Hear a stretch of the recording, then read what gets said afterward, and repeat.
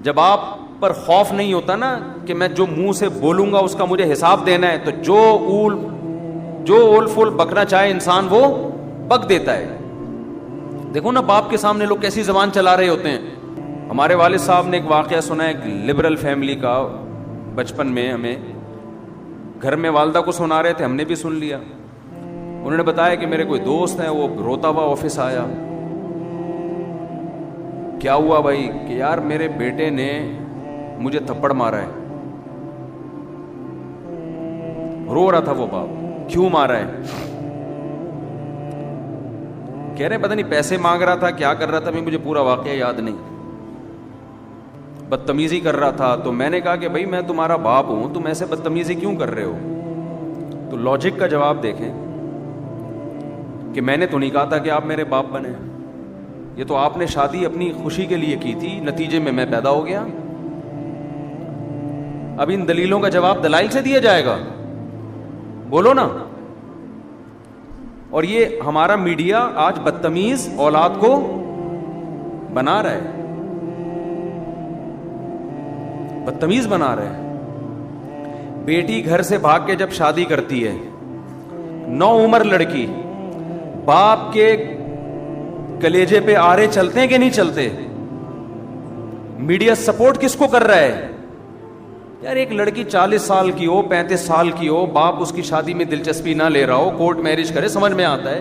17 18 19 سال کی لڑکیوں کو بھاگنا، یہ تو باپ کی عزت کا جنازہ نکل رہا ہے کہ نہیں نکل رہا؟ کیسے آج ایک مشہور واقعہ چل رہا ہے میڈیا پہ، آپ سب کو پتا ہوگا. ماں باپ رو رہے ہیں اور اس پہ بحث ہو رہی ہے کہ اس کا رائٹ ہے، اس کا حق ہے. ماں باپ سے زیادہ حق اللہ نے کسی کو نہیں دیا. چھوڑ دو اس مرد کو جس نے تمہیں تمہارے باپ کے گھر سے بھگایا. عزت دار آدمی کبھی لڑکی کو یہ آفر نہیں کرتا کہ تم بھاگ جاؤ میں تم سے شادی کروں گا. اسے پتا ہے کل میری بھی بیٹی ہوگی، اسے میں کس بیس پہ روکوں گا اپنے گھر سے بھاگنے پر. ایسی لڑکیوں نے اپنے لیے جہنم کی آگ خرید لی. اللہ نہیں چھوڑے گا. دیکھو میڈیا کو انسانوں کو بیوقوف بنانے، جو ماں اور باپ کے کلیجوں پہ آرے چل رہے ہیں، ایک ایک چیز نوٹ ہو رہی ہے اللہ کے ہاں.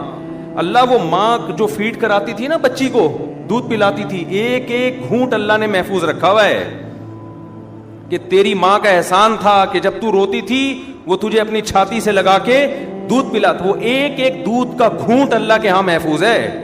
ماں خود بھول جاتی ہے، اللہ تھوڑی بھولتا ہے.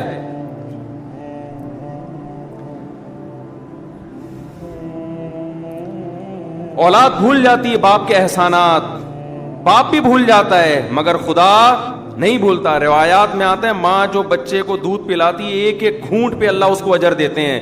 اس کا مطلب لکھا ہوا ہے نا اللہ نے کہیں ڈائری میں، کہیں حساب کتاب میں.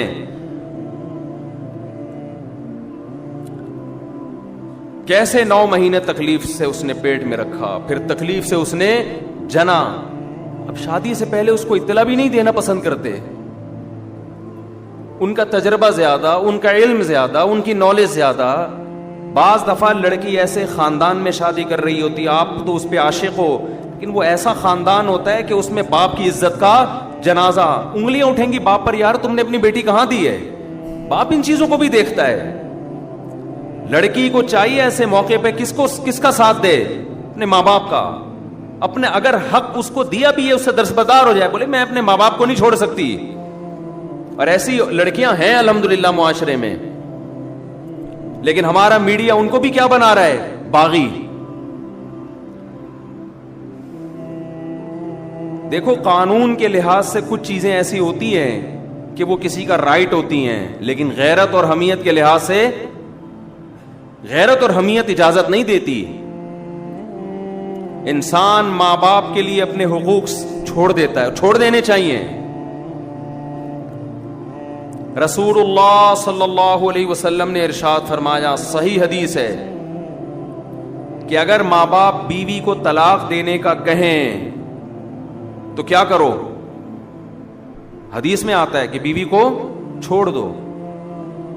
اگرچہ علماء نے اس کی کچھ تفصیل بیان کی ہے کہ بشرطے کہ بیوی آپ کے ماں باپ کے ساتھ ظلم کر رہی ہو، بدسلوکی کر رہی ہو. آج اتنا لبرلزم ہمارے معاشرے میں،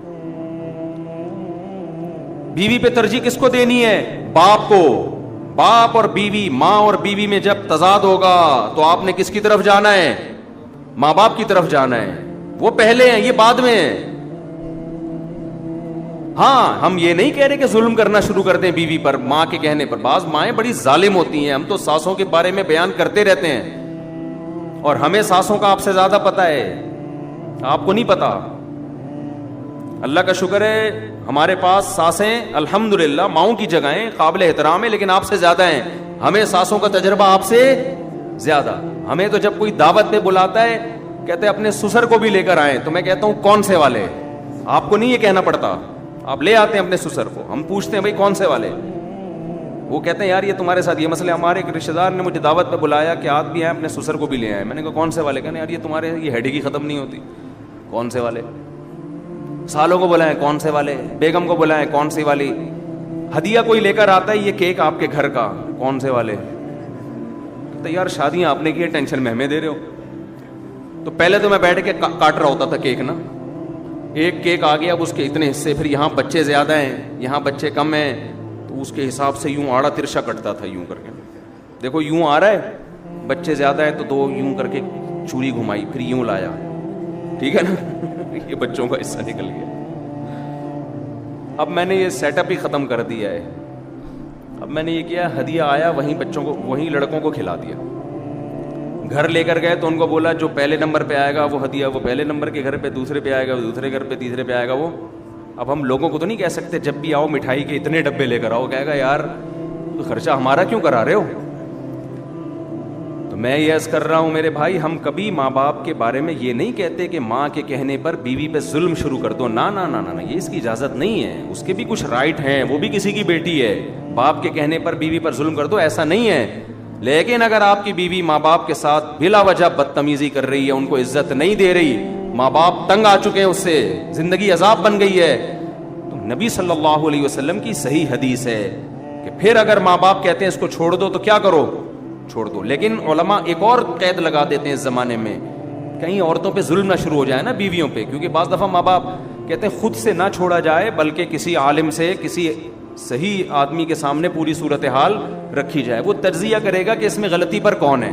بعض دفعہ آپ سمجھ رہے ہوتے کہ وہ میری بیوی غلطی پر ہے، حالانکہ وہ غلطی پر نہیں ہوتی. لیکن بہرحال یہ بڑی بات ہے کہ ہمارے نبی صلی اللہ علیہ وسلم نے کیا حکم دیا کہ بیوی کو چھوڑنے میں جب ماں باپ کی اطاعت کی جا سکتی ہے تو لڑکی شادی کرنے میں ماں باپ کو لفٹ نہ کرائے، گھروں سے بھاگ بھاگ کے شادی کرے. ایک ایج ہو جائے نا اس کی، ماں باپ دلچسپی نہ لے رہے ہوں، رشتوں پہ رشتے آ رہے ہیں، ریجیکٹ کرتے چلے جا رہے ہیں، تو پھر ہم تو خود کہتے ہیں بھائی اپنی زندگی بچاؤ، کورٹ میرج کرو. کیونکہ یہاں ظلم کون کر رہا ہے؟ یہاں باپ ظلم کر رہا ہے. لیکن ہمارے ہاں میجورٹی ایسی نہیں ہے الحمدللہ. ماں باپ تو چاہتے ہیں ہماری بچیوں کی صحیح جگہ شادی ہو.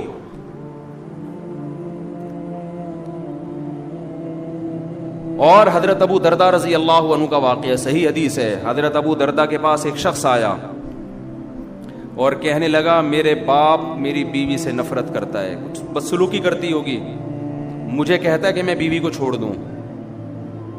آپ کیا فتویٰ دیتے ہیں؟ حضرت ابو دردہ بڑے عالم تھے، صحابہ کے دور میں بھی چند مخصوص علماء تھے جن کو فتویٰ دینے کی اجازت تھی. حضرت ابو دردہ کے پاس آیا، یا رسول اللہ میرا باپ مجھے کہتا ہے میں اپنی بیوی کو طلاق دے دوں، میرا دل نہیں چاہتا. حضرت ابو دردہ نے کیا بات کی؟ فرمایا میں نے رسول اللہ صلی اللہ علیہ وسلم سے یہ سنا ہے، رضا الرب فی رضا الوالد و سخط الرب فی سخط الوالد. خدا کو راضی کرنا ہے تو باپ کو راضی کر لو، خدا کو ناراض کرنا ہے تو باپ کو ناراض کر لو. سمجھ میں آ رہی ہے بات؟ تو یہ رشتے آپ نے اپنی ڈکشنری سے نکال دیے. Women rights, human rights. ایک دفعہ میں نے بیان میں کہا کہ بہو کو چاہیے کہ ساس کی تھوڑی خدمت کیا کرے، اس کی اخلاقی ذمہ داری ہے اس کی. جب ایک ساتھ رہتے ہیں تو بڑوں کی خدمت کرتے ہیں کہ نہیں کرتے؟ اس پہ اتنے خواتین کے یہ تو ہے ہی عورتوں کے خلاف، یہ تو ہے ہی ہر وقت عورتوں کے خلاف تقریریں کرتا ہے. تو میں جس کے حق میں کر رہا ہوں ساس، وہ کیا عورت نہیں ہے؟ وہ بھی تو عورت ہے، اور کل آپ بھی تو ساس بنو گی. تمہارا بیٹا شادی کرتے ہی بیگم کے پاس جا کے بیٹھ جائے، تمہیں لفٹ کرانا چھوڑ دے، اور تمہاری بہو تمہیں پانی کا نہ پوچھے، تم بول رہی ہو کہ بیٹا ذرا پانی پلا دو، کہ نہیں، ہر آدمی کو اپنی خدمت خود کرنی چاہیے، ہمارے اوپر آپ کی خدمت واجب نہیں ہے. تمہاری بہو کل یہ حرکتیں کرے گی تو تم میرا ہی بیان ان کو سناؤ گی. تو وہ جو ساس جس کے حق کی ہم بات کر رہے ہیں وہ بھی تو عورت ہے. دیکھو یورپ اور امریکہ میں اہل مغرب جو ہے نا، مغربی دنیا جو مذہب کو نہیں مانتے، ان سے ایک بہت بڑا فالٹ ہوا ہے انسانیت کے حقوق میں، بہت بڑا. وہ ہیومن رائٹس اور ویمن رائٹس کی بات کرتے ہیں، یہ مبہم دعوے ہیں، سمجھ رہے ہو، یہ مبہم دعوے ہیں. اسلام ہیومن رائٹس اور ویمن رائٹس کی بات پتہ ہے کیا کرتا ہے؟ وہ رائٹس ڈیفائن کرتا ہے کہ جب ہیومن رائٹ کی بات آتی ہے تو ہیومن میں کوئی باپ ہوگا، کوئی بیٹا ہوگا، کوئی بھائی ہوگا، کوئی دادا ہوگا، کوئی سسر ہوگا، کوئی پوتا ہوگا. ان کے رائٹس الگ الگ ہیں، ایک جیسے رائٹس نہیں ہیں. اور جب اسلام ویمن رائٹس کی بات کرتا ہے، خواتین کے حقوق کی بات کرتا ہے، تو ایسے ہی مبہم بات نہیں کرتا. آپ اسلام سے پوچھیں عورت کے کیا حقوق ہیں، اسلام کہے گا کون سی عورت؟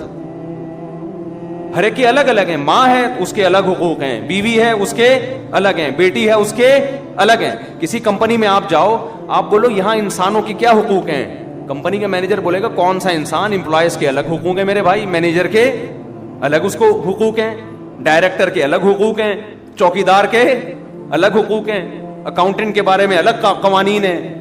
لیکن آپ نے کہا نہیں نہیں نہیں، بس انسانی حقوق، انسانی حقوق ہے. کہا نکل یہاں سے، بھاگ یہاں سے. دنیا میں کوئی نظام ایسا نہیں چل سکتا کہ آپ مبہم حقوق بیان کر کے چھوڑ دو.